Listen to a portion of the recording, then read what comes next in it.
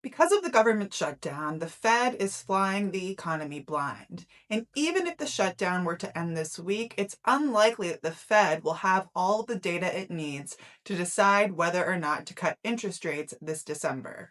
I'm Daryl Fairweather, and I actually sit on the Academic Advisory Council for the Dallas Fed. And here is what I see as the Fed's dilemma. The Fed has been looking at above 2% inflation for the last 4 years. That is a problem for the Fed because the Fed's credibility lies in its ability to keep inflation at its target of 2%. At the same time, the labor market is deteriorating. More people are being laid off, and the unemployment rate has been going up. At least that's what it looked like when we still had good data on the labor market. Now, normally when the labor market cools down, people earn less money. And when people earn less money, they have less money to spend, and that serves as a natural drag on prices. It cools inflation. But the problem is that the Bureau of Labor Statistics has not been releasing data on wages. And even if the government opens soon, they probably won't have any data for the month of October or November by the December meeting. And if that happens, the Fed is in a really tough position.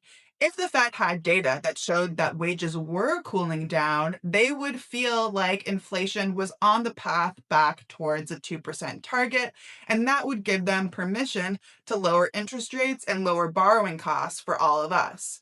But the Fed probably isn't going to lower interest rates without that data because they have to worry about how high inflation is in the data. They can't just hope that wages are coming down and that's bringing down inflation. They would actually need to see evidence of this.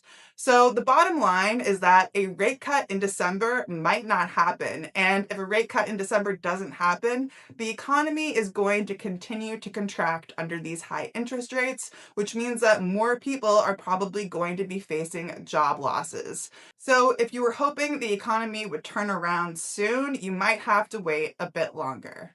Again, my name is Daryl Fairweather, and I'm also the Chief Economist at Redfin. If you'd like to learn more about how the economy is changing and how that impacts you, follow for more.